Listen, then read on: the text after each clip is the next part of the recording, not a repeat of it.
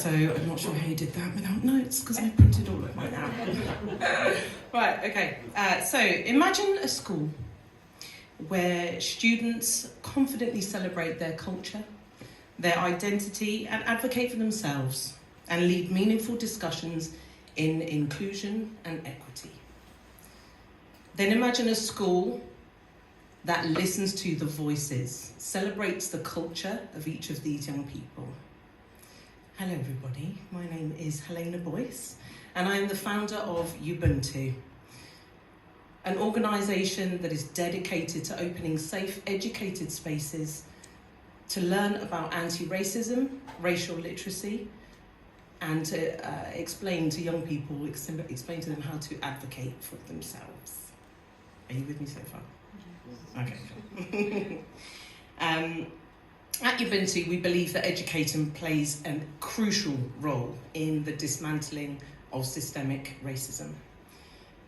We believe each student deserves to feel accepted, heard, valued, and understood.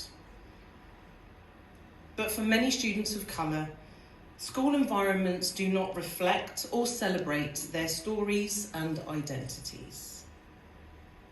Next slide, please. Many students of colour face environments that do not reflect or celebrate who they are.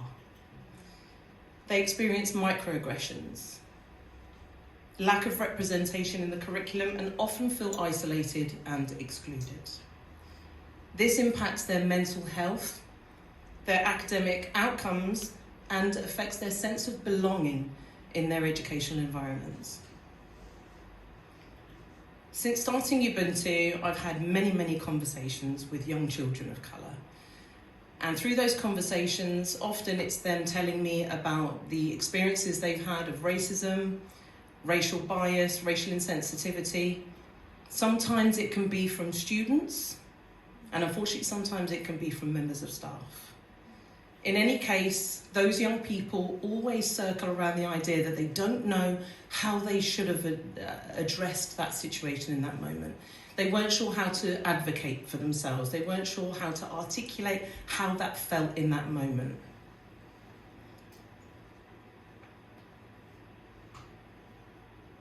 Oh, yeah, next slide, please.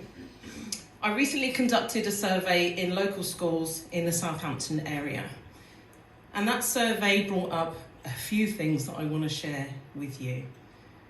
85% of students of colour felt underrepresented in education. That might be through the curriculum, it might be through members of staff. Are they seeing themselves reflected in the members of staff in their school community? And 78% of students felt that they didn't fit in or had feelings of that they didn't belong. One young lady that I spoke to actually explained to me how she often felt that she had to try extra hard to be noticed or to be given, given the, the acceptance of, you're doing really well in class. She often felt that the people around her were being,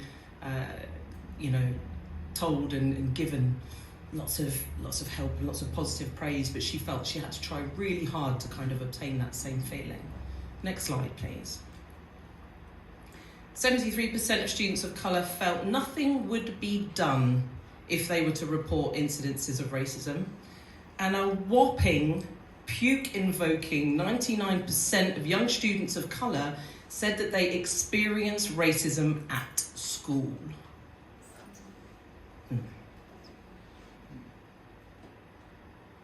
I wanted to tell you a story at this point, actually. After a visit to a local school last year, I was approached by a parent online after I'd visited her child's school. And she told me that her child had decided to start self-harming because of the racism that she experienced at school. And I, as a woman of colour, can't help but take myself back to those moments when I was at school and the horrendous racist abuse that I received when I was at school. Daily provocation from young people that were around me. Sometimes it would be physical violence. I would just get into fights because I didn't know how to explain how I felt. And then there was this one time where I received monkey noises and imitations from a teacher. I was 8 years old. Now, what I need to kind of explain to you here is that when I think back about my experience when I was at school, I left school 31 years ago. And I can see facial expressions of confusion here when I'm saying I left school 31 years ago, because I look 35, right? But I left school 31 years ago, and the point is why is this still happening all of this time later? Something isn't being done right. All of these tick boxing exercises that we have in equality and the training that we have for school teachers, it is literally just ticking boxes. It's not getting down to the real issue. And that is that young children of colour are not allowed to express their pride in their identity and being themselves. And so, the statistics that I've mentioned are not statistics that I'm happy with, and they're not statistics that anyone should be happy with, but what they do is they exemplify and help us to understand that something needs to be done immediately. I hope you agree. Next slide, please. Sorry about getting emotional, I can't help it. Okay. So that's why we're launching the Anti-Racism and Empowerment Programme.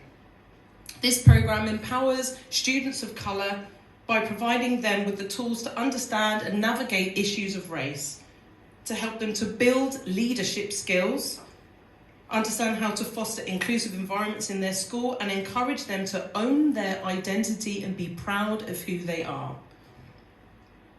Over 6 weeks in workshops with YOUbuntu, young people will cover racial literacy, self-advocacy, and leadership development. We will discuss our experiences.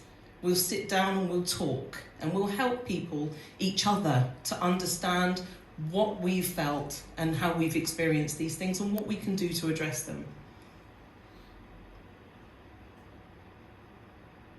We'll understand how we can better respond to incidents of racial bias and how to take up space in a positive way. It will be a time of growth and liberation for these young people, and it will be a space where they can learn to articulate themselves from a place of joy and pride.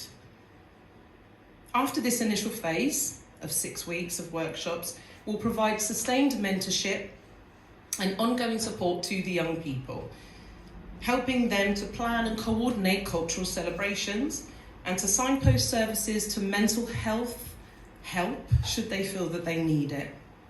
Often with the young people that I speak to at school, my kids included, when there has been a cultural event at school, it often doesn't really represent how they feel. You know, it'll be a cultural day, and it'll be things that are not really representative of who they are.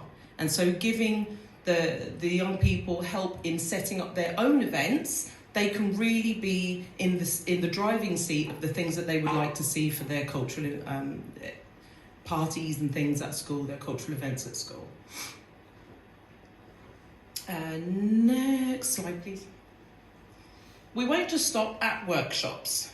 There'll be 6 weeks of workshops, yes, but we'll also be visiting the school every half term.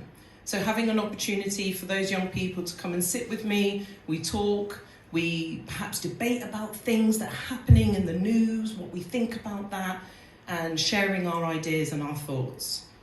There'll be the mentorship and leadership training for the young people, the celebratory events that I mentioned earlier, and then also the school collaboration. So what I'll be proposing to do is actually go with these young people of colour into meetings with the senior leadership team at school to make sure that their voices are heard and that all of the things that they want to talk are able, they want to talk about, and their insights lead to positive changes in the curriculum, the school policies, and also the behaviours that they're seeing in school. Over the last 2 years, YOUbuntu's been working really hard. By the way, I'm YOUbuntu. We've been working really, really hard, and we've worked with over 10 schools and colleges in the local area.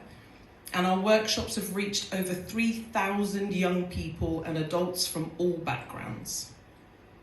Some of those workshops that I've done have actually been with school teaching staff. So it's not always the young people that I'm working with, it's the people that are in charge of and have a duty of care for these young people. The feedback that we've received from these workshops has been amazing, far beyond my wildest dreams. It's been really, really wonderful. Next slide, please.